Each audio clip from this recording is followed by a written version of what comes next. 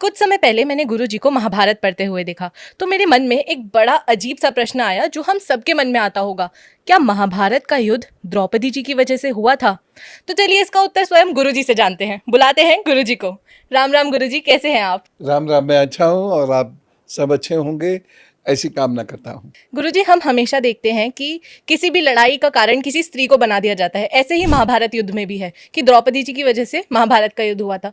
इसमें कितनी सच्चाई है? इसमें बिल्कुल भी सच्चाई नहीं है। जब हम महाभारत को पढ़ते हैं तो दुर्योधन और भीम का आपसी कलह है, इन दोनों का आपसी कलेश है। द्रौपदी उसमें पीस दी गई। द्रौपदी ने ऐसे कोई स्टेटमेंट्स नहीं दिए थे जिससे कि दुर्योधन आहत हो सके। ये मजाक जो उनकी उड़ाई थी, ये भीम जी ने उड़ाई थी। तो द्रौपदी इसमें खामोखा फंस जाती हैं। तो महाभारत के युद्ध का कारण द्रौपदी को बिल्कुल ना माना जाए। तो फिर गुरुजी, इस युद्ध का कारण कौन हुआ? आश्चर्य की बात है, लेकिन यही सच्चाई है। इस युद्ध का जो मुख्य कारण है वो है शकुनी। पर शकुनी ने ऐसा क्या किया था?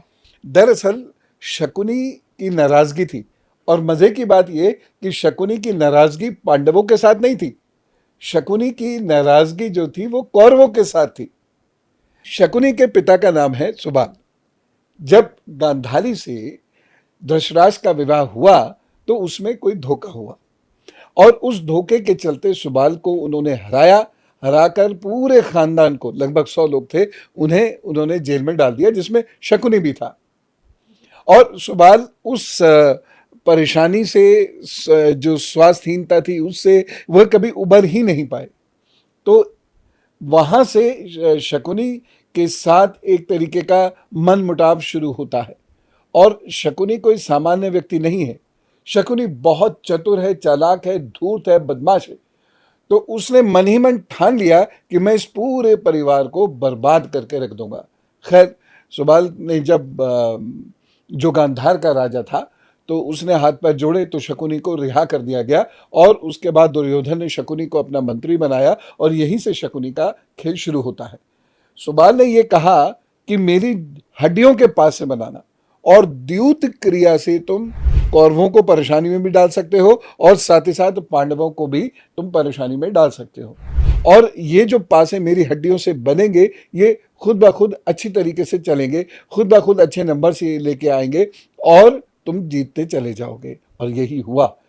तो सुबाल की हड्डियों के बने हुए पासों से ही शकुनी खेलता था, और उसकी वजह से कौरव और पांडव लड़े। क्योंकि आपने ये देखा भी होगा कुछ सीरियल में, यद्यपि मैं सीरियल की बात को बहुत कोट नहीं करता, लेकिन यह मैं आपको बताना चाहता हूं कि शकुनी ने लगातार युधिष्ठिर को गलत काम करने के लिए, द्यूत क्रीड़ा करने के लिए उकसाया।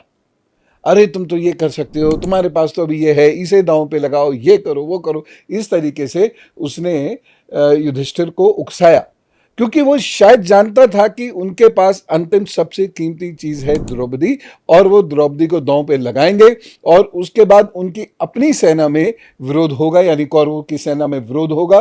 कृष्ण जी उसका विरोध करेंगे, और अंततो गत्वा यही उसकी मृत्यु का कारण बनेगा। और ऐसा हुआ। भीम ने दुर्योधन को मारा, और बाकी युद्ध में क्या हुआ ये सभी लोग आप जानते ही हैं।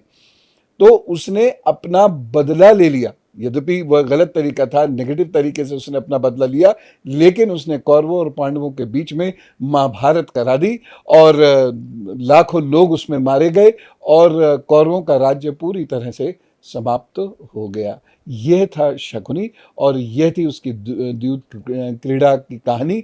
और इस प्रकार शकुनी ने अपना बदला लिया कौरवों के साथ, लेकिन साथ साथ पीस दिया उसने पांडवों को भी। जी गुरुजी, तो ऐसे ही हम द्रौपदी जी को ब्लेम करते हैं, पर सारा खेल जो था वो तो शकुनी का था। गुरुजी, मुझे लगता है कि आज के युग में हम सबके अंदर एक शकुनी एग्जिस्ट करता है।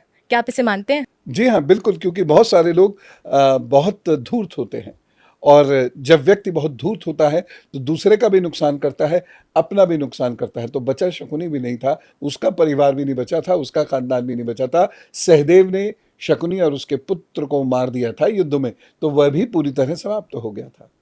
बहुत बहुत धन्यवाद गुरुजी, आपने हमें शकुनी की सच्चाई बताई और महाभारत के युद्ध का कारण क्या था हमें ये अब पता चला। तो अब हम द्रौपदी जी को ब्लेम नहीं करेंगे, शकुनी को ब्लेम करेंगे और अपने अंदर के शकुनी को मारने का प्रयास भी करेंगे।